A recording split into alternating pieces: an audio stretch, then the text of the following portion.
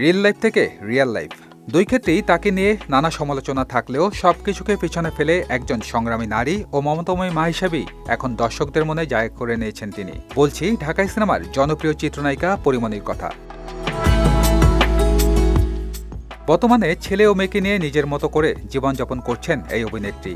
সব ব্যস্ততা তাদেরকে ঘিরেই, তবে এর বাইরেও তিনি প্রায় সময় জীবনের নানা মুহূর্ত তার ভক্তদের সাথে শেয়ার করে থাকেন।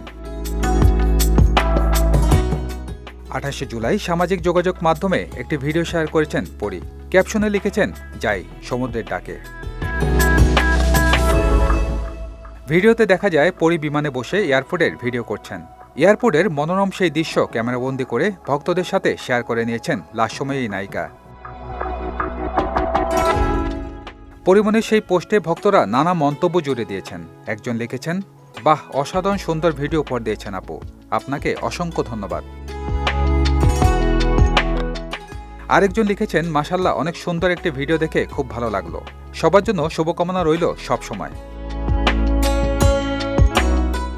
বিমানের কথা উল্লেখ করে একজন লিখেছেন, ওয়াও, খুব সুন্দর বিমানটা পরী আপু, কোথায় যাচ্ছ? শুভকামনা রইল তোমার জন্য। সজল খান, বিজয় টিভি, ঢাকা।